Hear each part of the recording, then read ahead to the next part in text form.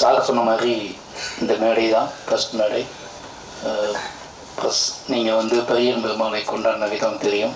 அதை பார்த்து என்னோடய கலையை, என்னோடய அரசியலை இந்த மக்கள் எடுத்துகிட்டு கொண்டு போன விதம் வந்து தெரியும். அந்த நம்பிக்கை தான் வந்து அடுத்தடுத்த கர்ணனாக இருக்கட்டும், மாமன்னனாக இருக்கட்டும், பாலையாக இருக்கட்டும், இப்போ எடுத்துகிட்டு இருக்க பைசனாக இருக்கட்டும், இது எல்லாமே முழுக்க முழுக்க என்ன விஷயம் நடந்தாலும் இந்த கதையை ஏற்றுக்கொள்வதற்கான மக்கள் இருக்கிறார்கள் அப்படிங்கிற நம்பிக்கையில் தான் எல்லா கதையுமே எடுக்கிறோம். பியூர் அந்த மாதிரி நம்பிக்கை கொடுத்த பத்திரிகையாளர்களுக்கு முதல்ல என்னோட நன்றி. முதல்ல ஹாட்ஸ்டார் தேங்க்ஸ் சொல்லணும். ஏன்னா இந்த ஸ்கிரிப்டு ஃபஸ்ட்டு நான் சினிமாவுக்கு வந்த உடனே படமெல்லாம் சொன்ன உடனே முதல்ல இந்த ஸ்கிரிப்ட் வாழை தான். ஃபஸ்ட்டு வந்து சின்னதாக ஒரு கதையை சொன்ன டைரக்டர்கிட்ட இதனா எழுதி வைடா அப்படின்னு சொன்னார். அதை எழுதி வச்சு ஒரு சின்ன பட்ஜெட்டில் பண்ணிடலாம் அப்படின்னு சொல்லி 50 லட்ச ரூபா இந்த கூட படம் பண்ணிடலாம் அப்படிங்கிற முடிவோடு இருந்த படம் தான் வாழை. ஏன்னா இது எடுத்தால் என்னோட அடுத்த கதைக்கு என்னால் போக முடியும் அப்படின்னு நம்பிக்கிட்டு இருந்தேன். அப்போ அந்த அறிவுக்கு நான் நம்பிக்கிட்டு இருந்தேன். இது எடுக்காமல் நம்மளால் அடுத்த படத்தை எடுக்கவே முடியாது. ஏன்னா இது அவ்வளோ பாதிப்பு ஏற்படுத்தின ஒரு கதை எனக்கு. அதில் அப்போ காலப்போக்கில் வந்து என்ன ஆகி போச்சுன்னா நான் நிறைய வாசிக்க ஆரம்பித்தேன். நிறைய படங்கள் பார்க்க ஆரம்பித்த உடனே எனக்கு தெரிஞ்சு இதை வந்து நம்ம வந்து கஷ்டப்பட்டு எடுக்கக்கூடாது, இது நல்லா எடுக்கணும், நம்ம வந்து அடித்து பிடிச்சி எடுக்கக்கூடாது, இந்த வாழை வந்து மிக சரியானதாக டைம் கிடைக்கும் போது எடுக்கணும் அப்படின்னு முடிவு பண்ணிட்டு அதை தள்ளி வச்சுட்டு பெரிய பெருமாள் எழுத ஆரம்பித்தேன்.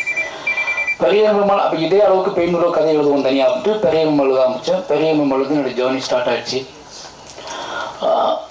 இப்போது இந்த கதை என்ன பண்ணுறது உள்ளுக்குள்ள அழுத்திக்கிட்டே இருந்துச்சு. பெரிய பெருமாள் ரிலீஸ் ஆச்சு, கர்ணன் ரிலீஸ் ஆச்சு, மாமன்னன் ரிலீஸ் ஆச்சு. மாமன்னன் எழுதி முடிச்சிட்டேன். அப்புறம் வந்து இந்த வாழை என்ன பண்ணுறதுன்னு வச்சுட்டு இருக்கும்போது நரன் ஒரு நாள் வீட்டுக்கு வந்த ஆஃபீஸ்க்கு வந்தார். சும்மா பேசிகிட்டு இருக்கும்போது இந்த மாதிரி ஏதாவது பண்ணுங்க அப்படின்னு சொல்லும்போது நான் வாழை கதையை சொன்னேன். நீங்கள் இருக்க இவ்வளோ பிஸியில் எப்படி பண்ணுவீங்கன்னு கேட்கும்போது நான் ஏதாவது கேப்பில் நான் வந்து பண்ணிவிடுவேன். எனக்கு இது கதையும் தேவையில்லை, ஸ்கிரிப்ட் புக்கும் தேவையில்லை, எதுவுமே தேவையில்லை, நீங்கள் ஓகே சொன்னால் நான் பண்ணிவிடுவேன் போய் அப்படின்னு சொல்லி அப்படி தான் வாழை வந்து ஸ்டார்ட் ஆச்சு. உடனே ஹாட்ஸ்டார் பேசினாங்க. அந்த கதையை கேட்டு அடுத்த நிமிஷமே நாங்கள் பண்ணுறோம் சார்னு சொல்லிட்டாங்க. நான் மாமன்னன் ஷூட்டிங்கில் இருந்தப்போ மாமன்னன் கேப்பில் இந்த படத்தை நான் வந்து மாமன்னன் ரிலீஸ் ஆக முன்னாடி இந்த படம் பண்ணி முடிச்சிட்டோம். நிச்சயமாக இந்த ஃபங்க்ஷன் வைக்கிறதுக்கு முதல் ரீசன் காரணம் என்னன்னா ஃபஸ்ட் சிங்கிள் சும்மா சாதாரணமாக ரிலீஸ் பண்ணிடலாம். என்னோட பசங்களுக்காக தான் அந்த ஃபங்க்ஷன் வைக்கிறேன். என்னோட பசங்கன்னா பொன்வேலுக்கும் ராகுலுக்கும் தான் இந்த ஃபங்க்ஷன் வைக்கிறேன். ஏன்னா அவங்க சின்ன பையனாக இருந்தாங்க இந்த படம் எடுக்கும்போது.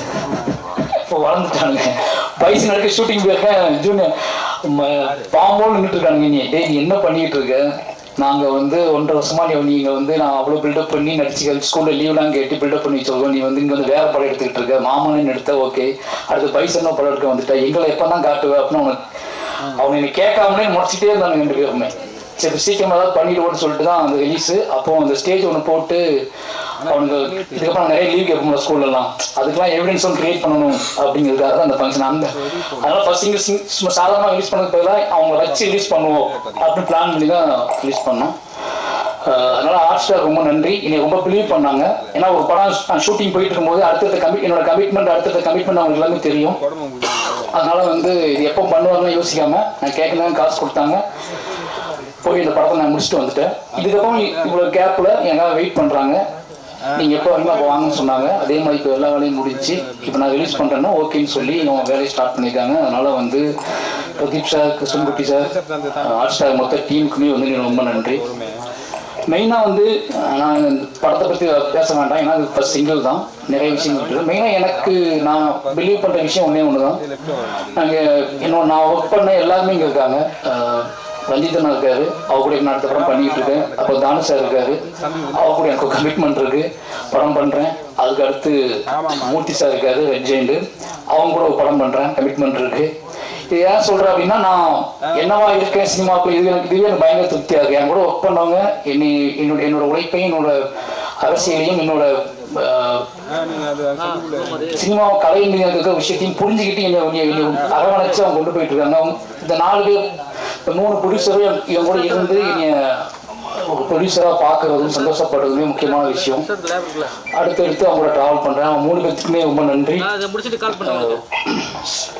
அடுத்து வந்து என்ன சொல்றது, என்னோட இயக்குனர் ரஞ்சிதன் அடிக்கடி சொல்லிட்டே இருப்பேன், எல்லாத்தையும் சொல்லிட்டே இருப்பேன். உனக்கு ஏன் இவ்வளோ பதட்டம், உனக்கு ஏன் இவ்வளோ சிக்கல், ஏன் இவ்வளோ டென்ஷன் ஆகுது, 4வது படம் வந்துட்டுலாம் நீ பார்த்து பண்ணலாம்னு சொல்கிறது. இப்போ கூட உதடு ஒட்டாமத்துக்கு தான் பேச கூப்பிடுறாங்க. நான் நிறைய ஃபங்க்ஷனில் உதடு ஒட்டினாலே கான்ட்ரவர்ஷியலாக பேசி மாட்டியிருக்கேன். எனக்கு தண்ணி குடிக்க முதல்ல ஒட்ட ஆரம்பிச்சிட்டுனா தகராறுன்னு ஏதாவது பேசிட்டு போயிடுவேன். பேசிட்டு கீழே போனதுக்கப்புறம் பார்த்தா உள்ளுக்குலேருந்து வெளியிருந்து கொட்டியிருக்கும் ஏதோ ஒன்று. நான் போகும்போது ஹிடன் பண்ணிட்டு போயிருப்பேன், ஆனால் மேலே போய் அது கொட்டியிருக்கும் பயங்கரமாக. அப்போ யோசிப்பேன், இது உள்ளே கிடந்திருக்கேன், தெரியாமல் கிடந்திருக்கேன் அப்படின்னு யோசிப்பேன். அப்படி நிறைய ஃபங்க்ஷன் தான் நான் பேசியிருக்கேன். அதுக்கு ஒரே ரீசன் என்ன அப்படின்னா, நிறைய விஷயங்கள் ஓடிக்கிட்டே இருக்கும். ரஞ்சிதனை திட்டிகிட்டே இருப்பார், டேய் நார்மலாக இருக்கா, நீ வந்து கேஷுவலாக இருக்கு, உனக்கு எல்லா வசதியும் வந்துடுச்சு, நீ சொன்னால் எல்லாமே நடக்கும், நல்ல ப்ரொடக்ஷன் வந்துட்டாங்க, ப்ரொடியூசர்ஸ் இருக்காங்க, அப்போ ஏன் இவ்வளோ பதட்டப்பட்டு படத்தை எடுக்கிற, இவ்வளோ வேகத்தை ஏன் போடுற அப்படின்னு கேட்பாரு. ஒரு கதையை படமாக்குவது என்றால் அந்த கதையை நம்ம ரசித்து அதுக்கான கிராஃப்டை கண்டுபிடிச்சி ஒரு படம் பண்ணலாம். பட் என்னை நானே இயக்குவது அப்படிங்கிறது, என்னோடய வாழ்க்கையை நான் இயக்குவது அப்படிங்கிறதுனால வந்து எனக்கு இந்த பதட்டம் போக மாட்டேங்குது. நான் கிரியேட் பண்ணுற எல்லா கேரக்டர்ஸுமே என் வாழ்க்கையில் பார்த்த மனிதர்களாக இருக்காங்க. அவங்க இன்னும் வாழ்ந்துக்கிட்டு இருக்காங்க. அவங்க ஏதோ மூலையிலேருந்து நீ பார்த்துக்கிட்டு இருக்காங்க. அவங்க என்னை வந்து இவன் எப்படி மாறிக்கிட்டு இருக்காங்க, என்ன ஆகிக்கிட்டு இருக்காங்க, என்ன பேசுகிறான், இவன் பேசுகிறது எவ்வளோ உண்மை இருக்குது, எவ்வளோ பொய் இருக்குது, இவன் பேசுகிறத ஏற்றுக்கலாமா, நம்பலாமா, வேண்டாமான்னு சொல்லிட்டு அவங்க கண்காணிச்சுட்டே இருக்காங்க. அதனாலேயே எனக்கு பார்த்து வந்துகிட்டே இருக்குது. அது மட்டும் இல்லாமல் எனக்கு ஒரு கடமையும் இருக்குது. இப்போ இந்த மேடை எனக்கு ரொம்பவே மகிழ்ச்சியான மேடைக்கான காரணம் என்ன அப்படின்னா, இந்த ராகுலும் பொன்வேலும் இந்த மேடையில் இருக்கிறது. ஏன்னா இந்த வயசுல நான் எப்படி இருக்குன்னு தெரியும். என் ஊரில் என் சொந்த அக்கா பசங்க தான் அவங்க, என்னோட அக்கா பையன் ஒருத்தர் மாமா பையன். இந்த 2 பேரும் இந்த வயசுல நான் என்னவான்னு எனக்கு தெரியும்.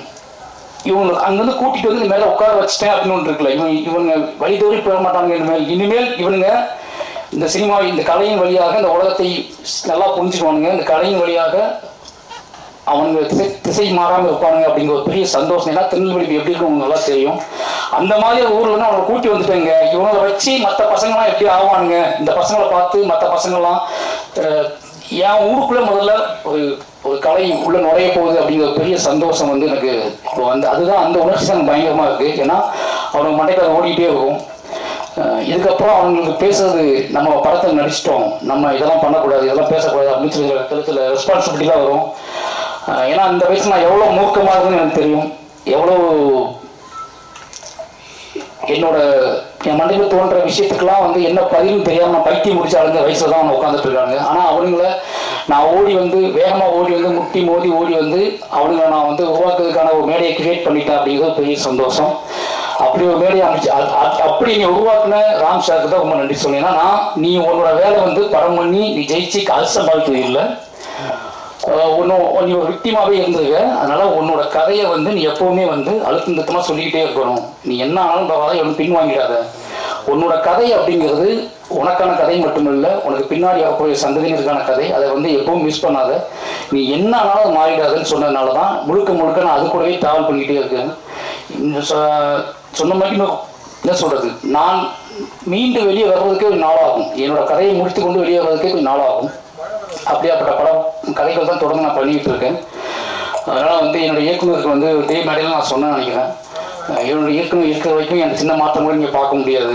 அப்படிங்கிற காரணம் என்ன அப்படின்னா, என்னையை கண்காணிச்சுட்டு இருக்கிற முக்கியமான கண்களில் வந்து அவரோட கண்கள் முக்கியமான கண்கள். ஏதாவது இன்னும் ஃபோன் வந்துச்சு நான் முதல்ல யோசிக்கிறது, நான் என்ன தப்பு பண்ணுன்னு யோசிப்பேன். சுற்றி முற்றி பார்ப்பேன், நம்ம ஏதாவது ஸ்டேட்டஸ் போட்டிருக்கோமா, இல்லை ஏதாவது அதிகம் பேசியிருந்தோமா, ஏதாவது பண்ணியிருக்கோமா, ஏதாவது ஃபோன் பண்ணியிருக்கோமா, யார்கிட்ட பேசியிருக்கோமா, ஏதாவது பேட்டி கிட்டு கொடுத்தோமா அப்படின்னு தான் பார்ப்பேன். ஏன்னா எப்படி வீட்டில் இருக்கவங்க எப்படி அப்பா அம்மா நம்ம மேலே ஒரு பயம் வச்சுருப்பாங்க. எங்கள் அப்பா அம்மாவுக்கு நான் வந்து எனக்கு ஒரு விஷயம் நடந்ததுக்கு தான் அவங்களுக்கு தெரியும். எனக்கு நடப்பதற்கு முன்னாவே எனக்கு தெரிஞ்சது வந்து எங்கள் டைரக்டருக்கு மட்டும்தான். நான் மிட் நைட் கூட எனக்கு ஃபோன் பண்ணிட்டு, நீங்கள் என்னடா பண்ண ஒருத்தர் எழுதியிருக்காங்க உன்னை பற்றி அப்படின்பாரு. எனக்கு அது பயங்கர ஷாக் ஆகும். எப்படி 12 மணிக்கு போயிட்டு பார்த்தாரு அப்படின்னு சொல்லி அவனை தேடி பிடிச்சது எனக்கு 2 நாள் ஆகும். ஆனால் இவர் மட்டும் பேர் பார்த்துருப்பாரு. என்னன்னா பதட்டப்பட்டுட்டே இருப்பாரு, நீ கரெக்டாக இருக்கா, நீ வந்து ஏன் அவரை பதட்டப்படுற, நீ ரொம்ப நீ கலை, நீ வந்து ஆர்ட் ஃபார்முக்குள்ள இருக்க, அதனால ஆர்ட் ஃபார்ம் மையப்படுத்தியே நீ ட்ராவல் ஆகு அப்படின்னு சொல்லிட்டே இருப்பாரு. அவர் இருக்கிற தைரியத்தில் தான் வந்து ட்ராவல் ஆகிட்டே இருக்க. அப்போ ரஞ்சித்ன்னு சொல்லி ஆகணும். ஏன்னா முழுக்க அவர் எவ்வளோ வேகமாக இருந்தாலும் தன்னோட இருக்கிற மனிதர்களை பத்திரமா பார்த்துக்கல அவருக்கு நிகரான யாருமே நினைப்பேன். ஏன்னா அவர் ஓடிட்டு இருப்பார், அவர் முட்டுவார் மோதுவார் எல்லாம் பண்ணுவார், கழகங்களை உருவாக்குவார். ஆனால் பக்கத்தில் இருக்கிறவன் ரொம்ப பாதுகாப்பாக இருக்கணும் அப்படின்னு நம்பக்கூடிய அந்த மனம் இருக்குல்ல, அதுதான் வந்து எனக்கு விவரம். என்னன்னா சரி பாதுகாப்பாக அப்படின்னு சொல்லக்கூடிய விஷயம் இருக்குல்ல, 2 பேருக்குமே எவ்வளோ நன்றி சொன்னாலும் பார்த்தாது. அப்புறம் வந்து ரெட் ஜெயின் சொல்லணும், வாழை முடிச்சு ஃபஸ்ட்டு பார்த்து அவங்க உதயசாகர் முன்னாடியே பார்த்துட்டாரு. அதுக்கு ரீசன் என்ன மாமன் பண்ணிட்டு இருக்கும்போதே பார்த்துட்டாரு. மாமன் ரிலீஸ் ஆகும் மட்டும் உதயசாகர் படம் பார்த்துட்டாரு. சார் நீ என்னையும் வச்சுக்காதீங்க, தேட்டருக்கு கொண்டு வாங்க, நான் பார்த்துக்கிறேன் அப்படின்னு சொல்லி.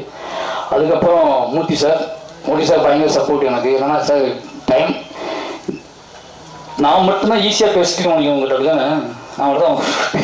அதாவது எல்லாம் சொல்லுவாங்க படம் பண்ணி சண்டை போடாமல் சிரிச்சு பேசிட்டு போவ நீ தான் மூர்த்தி சார் கிட்ட அப்படின்னு சொல்லுவாங்க. ஏன்னா அவர் ரொம்ப மரியாதையை நீ பார்த்துக்கிட்டாரு. மாமன்னனாக இருக்கட்டும், மாமனோட வெற்றியாக இருக்கட்டும். இப்போ வாழை படம் பார்த்துட்டாரு.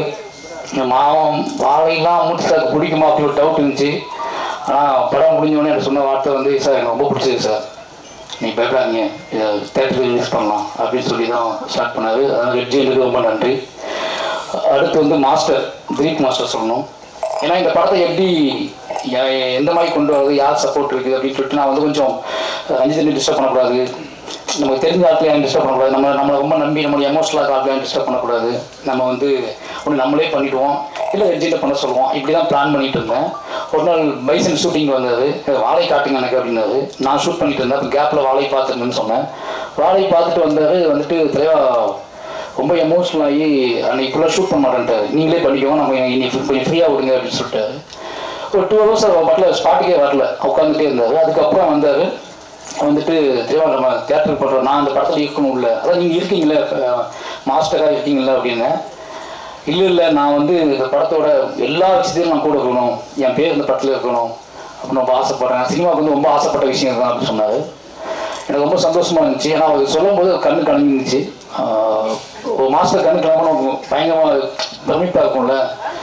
அப்போ ஓகே மாஸ்டர் அப்படின்னு சொல்லி தான் உள்ளே வந்தார். அவரோட கம்பெனி வந்து அவரோட ப்ரொடக்ஷன் உள்ளே வந்து என் கூட சேர்ந்து நீ என்ன வேணாலும் பண்ணுங்க, படத்துக்கு ஃபுல்லாக நான் ட்ராவல் பண்ணுறேன்னு சொல்லி சப்போர்ட் பண்ணுறாரு. அவருக்கு ரொம்ப ரொம்ப நன்றி. ஏன்னா அவரோட ரிவ்யூ பார்த்துட்டு தான் எனக்கு ரொம்பவே என்ன சொல்கிறது, அவரோட அந்த ஆக்ஷன் சீக்வன்ஸ் எடுத்துக்கிட்டு இருந்தார். அவரோட ரிவ்யூ கேட்டதுக்கு அப்புறம் தான் அவர் உள்ளுக்குள்ள கஷ்டப்பட்டு என்ன சொல்கிறது உடச்சிக்கிட்டு உள்ளே வந்ததுக்கு அப்புறம் தான் எனக்கு பெரிய நம்பிக்கையை வந்துச்சு வாழையை பற்றி. நிச்சயமாக அந்த நம்பிக்கையை உங்களுக்கு இருக்குன்னு நம்புகிறேன். அப்போ இந்த டீமில் சந்தோஷ் சார் சொல்லணும். சந்தோஷ் மேன் சார் எல்லாம் சொல்கிற மாதிரி சந்தோஷ் சார் எனக்கு ஒரு மேஜிக் இருக்குது. காரணம் என்னென்னா ஒரு ஃப்ரீடம். 2 பேருமே வந்து பேசும்போது நான் வந்து சாங் கேட்கும்போதும் சரி, என்னோட டெப்த்தாக நான் எவ்வளோ நேரம் கேட்க முடியுமோ கேட்டு வாங்கி அவர்கிட்ட பேசி சிரித்து விளையாண்டு ஒன்று ரெடி பண்ணுவோம். படம் முடிச்சுட்டு வந்து அங்கே பாதி பாட்டு வாங்குவேன். படம் ஸ்டார்ட் பண்ணும்போது பாட்டே வாங்க மாட்டேன். ஏன்னா என்னோட விஷுவலை பார்க்கணும், என்னோட வேர்ல்டை புரிஞ்சுக்கணும், என்னோட கதாபாத்திரங்களோட கண்களை வந்து மியூசிக் டைரக்டர்ஸ் பார்க்கணும்னு நினைப்பேன். ஏன்னா பழைய மாலேருந்து நான் எல்லா பாட்டையுமே படம் முடிச்சு தான் வாங்கியிருக்கேன். ரஹ்மான் சார்ட்டே அப்படி தான் நான் வாங்கினேன்.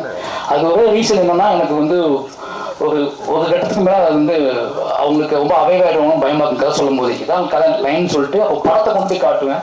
அப்படி படம் காட்டி தான் வந்து எல்லா பாட்டும் மியூசிக் வாங்கணும். வாழையும் அப்படி தான் பார்த்தாரு. வாழை பார்த்து அவரும் அதே அந்த நாள் ஞாபகத்தில் இருக்கு எனக்கு. வாழை வந்து பார்த்தாரு. பார்த்துட்டு அவர் நம்ம வேற மாதிரி பண்ணுவோம் இதை அப்படின்னு சொல்லி ஸ்டார்ட் பண்ணது தான் அந்த படத்தில் பாடல்கள். நிச்சயமாக அந்த எனக்கு வந்து ரொம்ப பிடிச்ச எனக்கே நான் அதிகமாக கேட்டுட்டு இருக்க பாட்டு வந்து இந்த படத்தில் பாடுறேன். இப்போ அதிகமாக என்னை டிஸ்டர்ப் பண்ணுற பாட்டு வந்து இதில் பாதவத்தின ஒப்பாவி பாடல் இருக்கு. அந்த பாடல் எப்படி உருவாச்சு எனக்கு தெரில. டக்குன்னு போய் பேசிக்கிட்டு இருந்தோம், அது டக்குன்னு வந்துடுச்சு, எழுதிட்டோம். ஆனால் அந்த பாட்டு நெஞ்ச போட்டு அறுத்து எனக்கு என்ன இப்போ அதிகமாக நான் எப்போல்லாம் எமோஷனல் ஆகணும் அப்போல்லாம் அந்த பாடல் கேட்டுகிட்டே இருப்பேன். எனக்கு பிடிச்ச மாதிரி ஒரு 4 சாங்கையுமே போட்டு கொடுத்துருக்காரு. அதுபோல் பேக்ரவுண்ட் மியூசிக் கல்கி பண்ணிட்டு இருக்கும்போது வாழைக்கு பண்ணிட்டு இருக்காரு.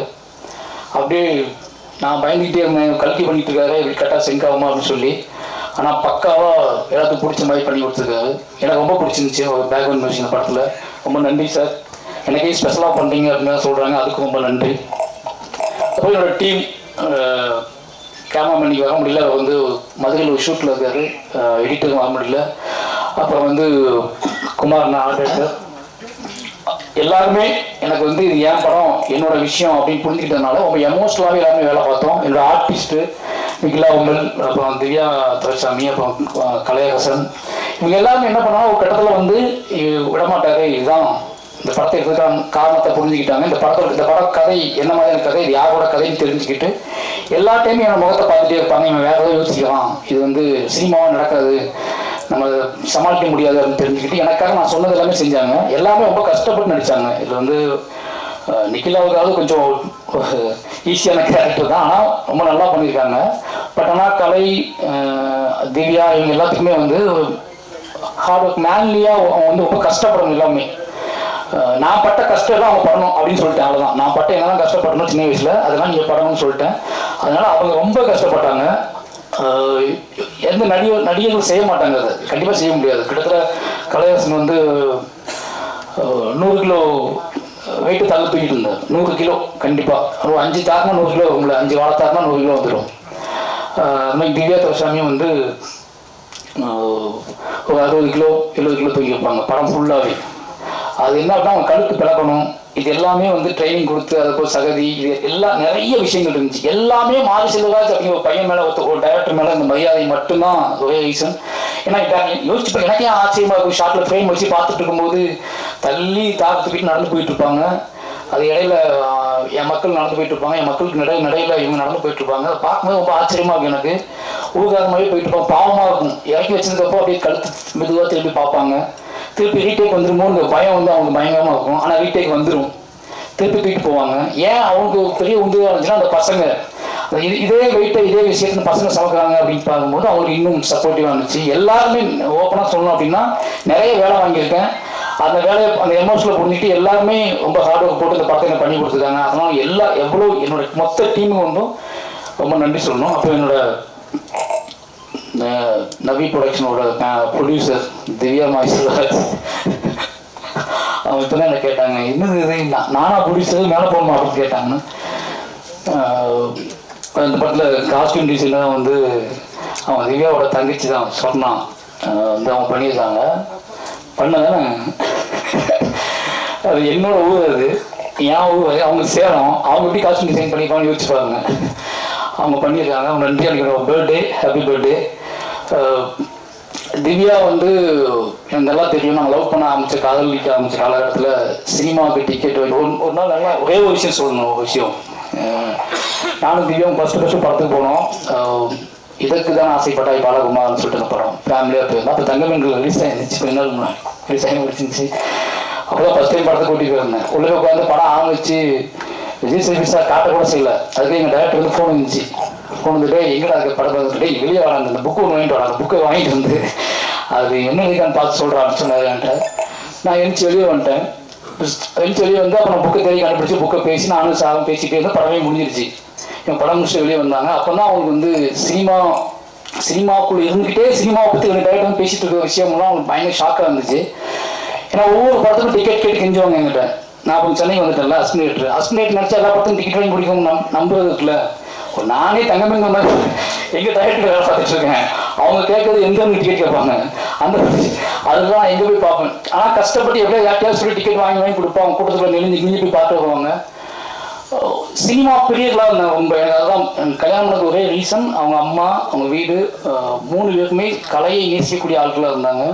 கலையை நம்புனாங்க. கலையின் வழி யார் ஓயாடினாலும் ஒரு ஆர்ட் ஃபார்ம் வழி பேசக்கூடிய மனிதர்களை ரொம்ப ரொம்ப நம்பினாங்க. என்கிட்ட அது ரொம்ப தாராளமாக இருந்துச்சு. அதனால என்னை ரொம்ப தாராளமாக நம்பிட்டாங்க. இன்னைக்கு நான் எனக்கு ரொம்ப சந்தோஷம் சொன்ன மாதிரி எனக்கு வந்து ரொம்ப எமோஷனலான ஒரே ரீசன் என்னன்னா, நம்ம ஏதோ செஞ்சுருக்கோம், ஒரு நாடக காதலின் வழி நம்ம ஏதோ ஒன்று செஞ்சுருக்கோம் அப்படின்னு ஒன்று தோணுச்சு எனக்கு.